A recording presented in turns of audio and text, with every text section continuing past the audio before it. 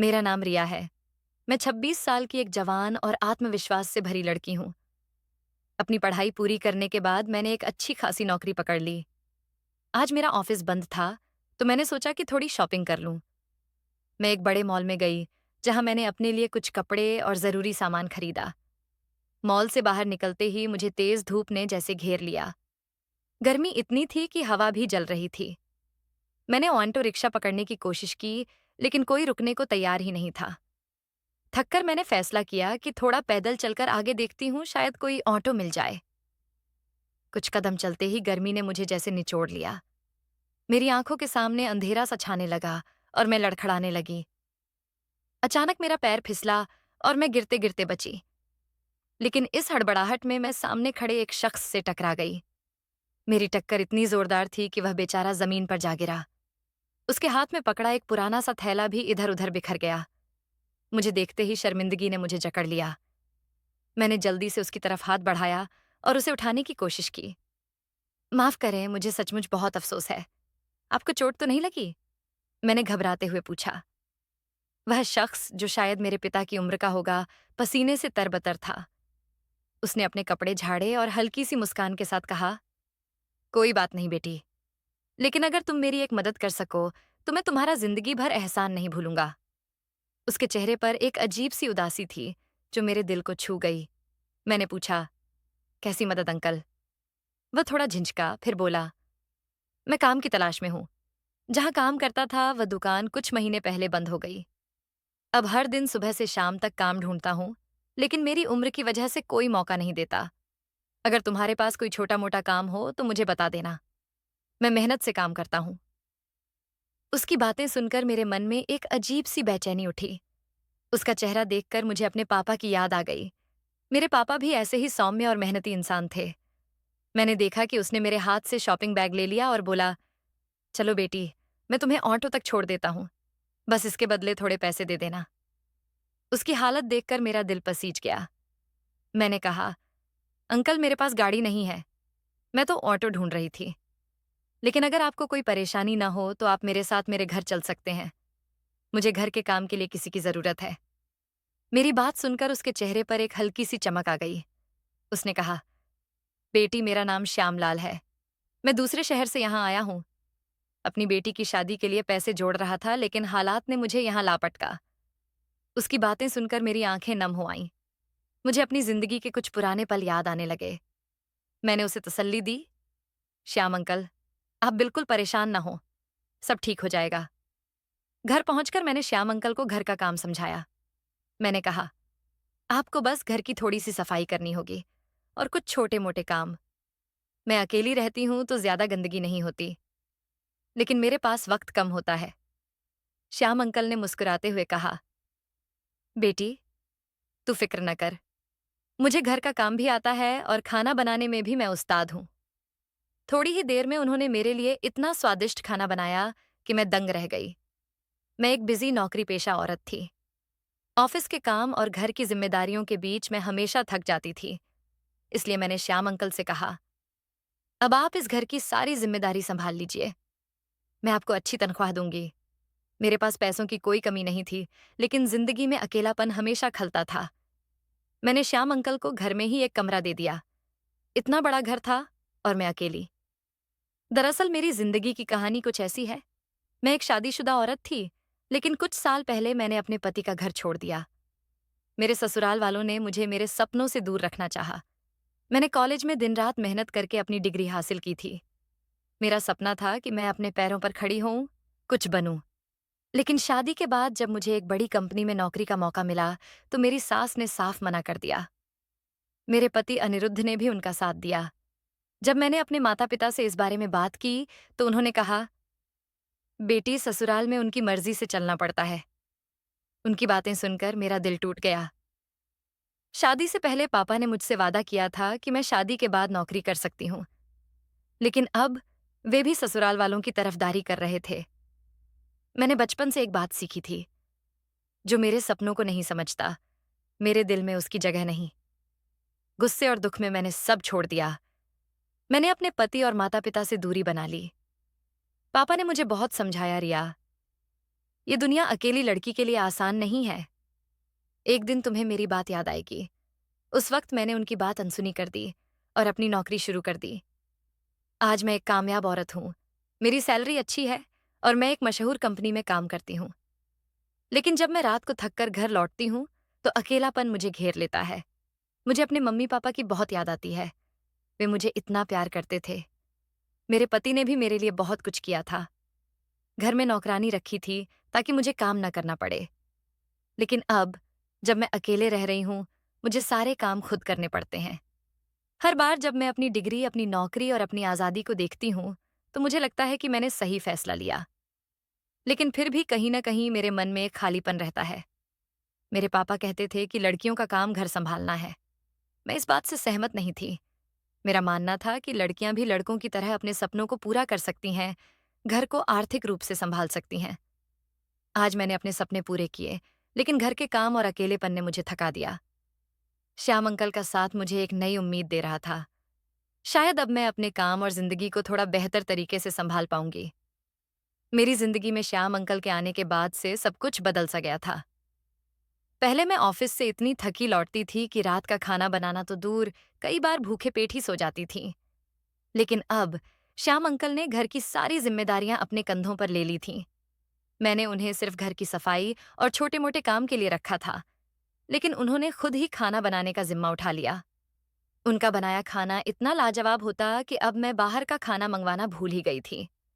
रात को खाना खाते ही मुझे ऐसी सुकून भरी नींद आती कि मैं बिस्तर पर लेटते ही सो जाती और सुबह तरोताजा उठती। पहले तो रात भर करवटें बदलती रहती थीं। थकान और तनाव की वजह से बदन टूटता रहता था। लेकिन अब श्याम अंकल की मेहनत और उनकी मौजूदगी ने मेरे घर को एक नया ठिकाना बना दिया था। महज 3 हफ्ते पहले की बात है, जब मैंने उन्हें काम पर रखा था। सब कुछ इतना अच्छा चल रहा था कि मुझे यकीन ही नहीं हो रहा था। लेकिन एक रात जब मैं देर तक जागकर ऑफिस का कुछ जरूरी काम निपटा रही थी, श्याम अंकल अचानक मेरे कमरे में आ गए। मैंने चौंक कर पूछा, अंकल इतनी रात को क्या हुआ? उन्होंने हल्की सी झिझक के साथ कहा, बेटी, मैंने देखा तुम्हारे कमरे की बत्ती अभी तक जल रही है। सोचा शायद तुम्हारी तबीयत ठीक नहीं होगी, बस देखने चला आया। मैंने मुस्कुराकर कहा, नहीं अंकल, मैं बिल्कुल ठीक हूँ, बस कुछ काम निपटा रही हूँ, आप जाकर सो जाइए। वह चले गए, लेकिन मेरे मन में एक सवाल उठने लगा। इतनी रात गए वह क्यों जाग रहे थे? हर सुबह जब मैं उठती, तब तक वह घर की सफाई कर चुके होते और मेरे लिए नाश्ता तैयार कर रहे होते।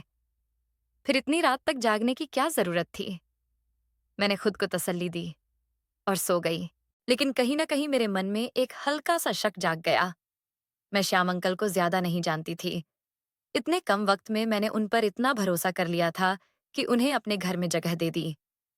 ऑफिस में पहले से ही मैं कई मुश्किलों से जूझ रही थी और अब यह नया ख्याल मेरे मन को परेशान करने लगा। शाम को जब मैं घर लौटी, श्याम अंकल ने मेरे लिए गर्मा गर्म चाय बनाकर ला दी। मैंने उनसे पूछा, अंकल, आपके परिवार वाले कैसे हैं? आपकी बेटी की शादी कब है? वह धीरे से बोले, बेटी, मेरा परिवार गांव में रहता है। मैं यहाँ कई सालों से अकेला हूँ। साल में एक बार ही घर जाता हूँ। मेरी बेटी की शादी 6 महीने बाद है। उसके लिए बहुत कुछ करना है, पैसे जोड़ने हैं, इंतजाम करने हैं। मैंने उनकी बात सुनकर कहा, अंकल, आप चिंता न करें। मैं जितना हो सकेगा आपकी बेटी की शादी में मदद करूंगी।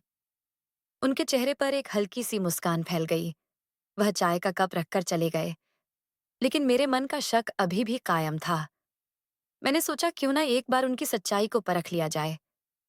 उस रात मैंने जानबूझकर खाना नहीं खाया और खाने की थाली अपने कमरे में छिपा दी। फिर मैंने आंखें बंद करके लेटने का नाटक किया। मैं यह देखना चाहती थी कि क्या श्याम अंकल वाकई इतने भरोसेमंद हैं जितने वह दिखते हैं। काफी देर तक मैं लेटी रही, लेकिन कुछ हुआ नहीं। मैंने खुद को डांटा कि बेवजह एक अच्छे इंसान पर शक कर रही हूँ। तभी अचानक मेरे कमरे का दरवाजा खुला। मैं हमेशा दरवाजा लॉक करके सोती थी। इसका मतलब था कि श्याम अंकल ने घर की दूसरी चाबी से दरवाजा खोला। मेरी सांसें जैसे थम गईं। वह धीरे से अंदर आए और मुझे सोता हुआ समझकर चुपके से बाहर निकल गए। लेकिन उनके पीछे पीछे एक और शख्स कमरे में दाखिल हुआ। उसे देखते ही मेरे होश उड़ गए। मैं उसे अच्छी तरह जानती थी। आधी रात को वह मेरे घर में क्या कर रहा था? वह शख्स धीरे धीरे मेरे बिस्तर के पास आया और मेरे बगल में बैठ गया। उसकी नजरें मुझ पर टिकी थीं। जैसे ही उसने मेरे चेहरे की तरफ हाथ बढ़ाया, मेरी सांस अटक गई। मैं फौरन उठ बैठी और चीख पड़ी। मुझे जागता देख वह शख्स सन्न रह गया। शायद उसे यकीन था कि मैं गहरी नींद में हूं। मैंने फटाफट कमरे की सारी बत्तियां जला दी और शोर मचाना शुरू कर दिया। श्याम अंकल मेरी आवाज सुनकर दौड़ते हुए कमरे में आए। मैंने गुस्से से उनकी तरफ देखा।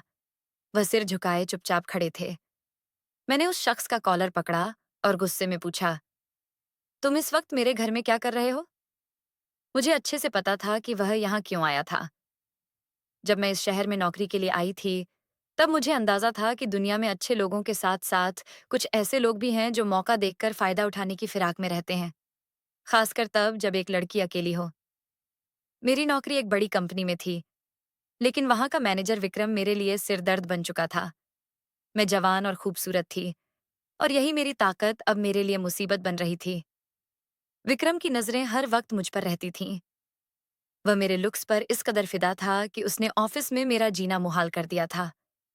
कभी वह मुझे अपने केबिन में बुलाता, तो कभी मेरे डेस्क पर आकर बेकार की बातें करता।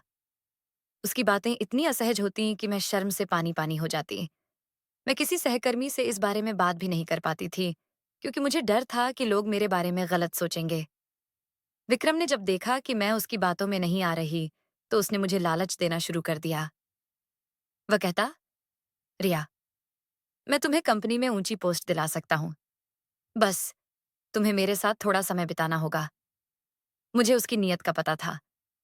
एक दिन जब उसने हद पार कर दी, तो मैंने गुस्से में आकर उसके गाल पर एक जोरदार थप्पड़ जड़ दिया। मैंने कभी नहीं सोचा था कि मेरी जिंदगी का सबसे बुरा सपना मेरे ही घर में सच हो जाएगा।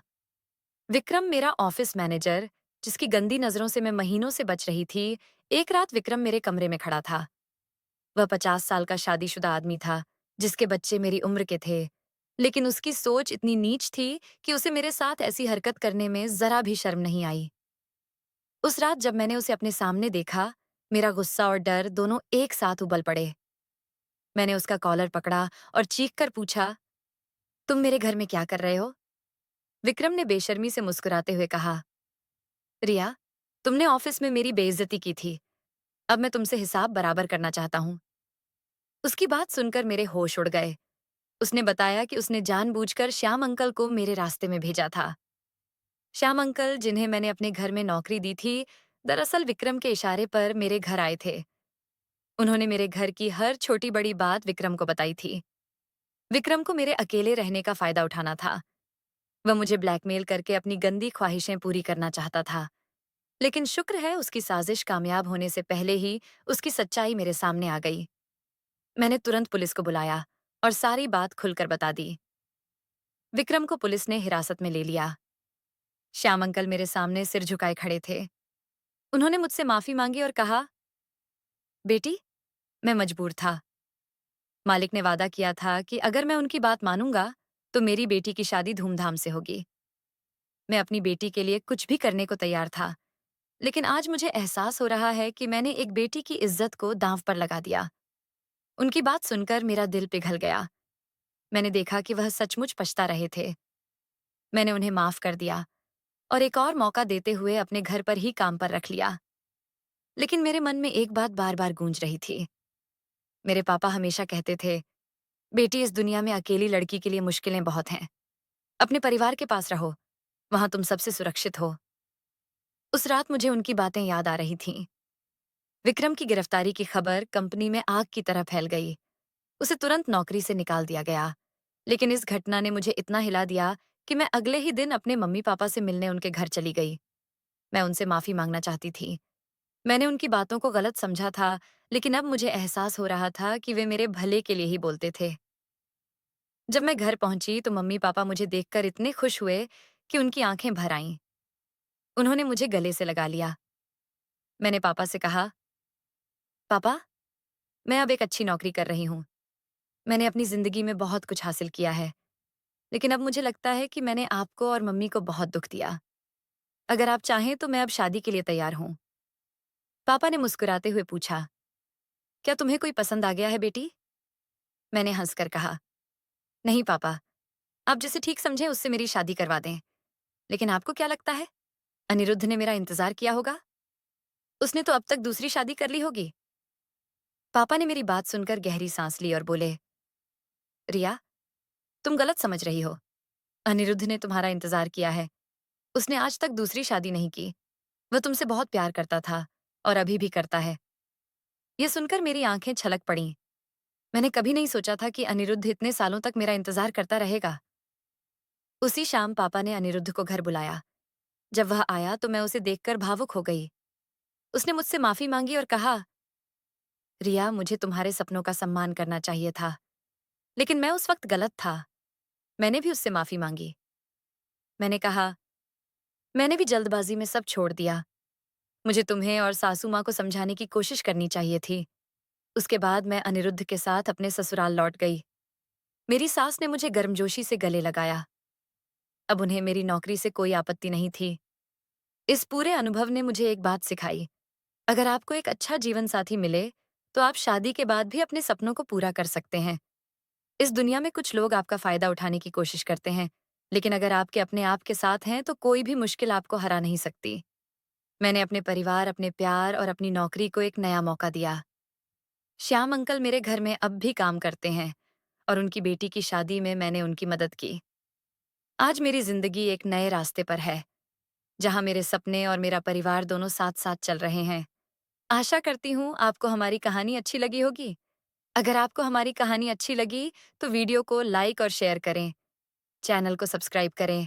वीडियो देखने के लिए आपका धन्यवाद।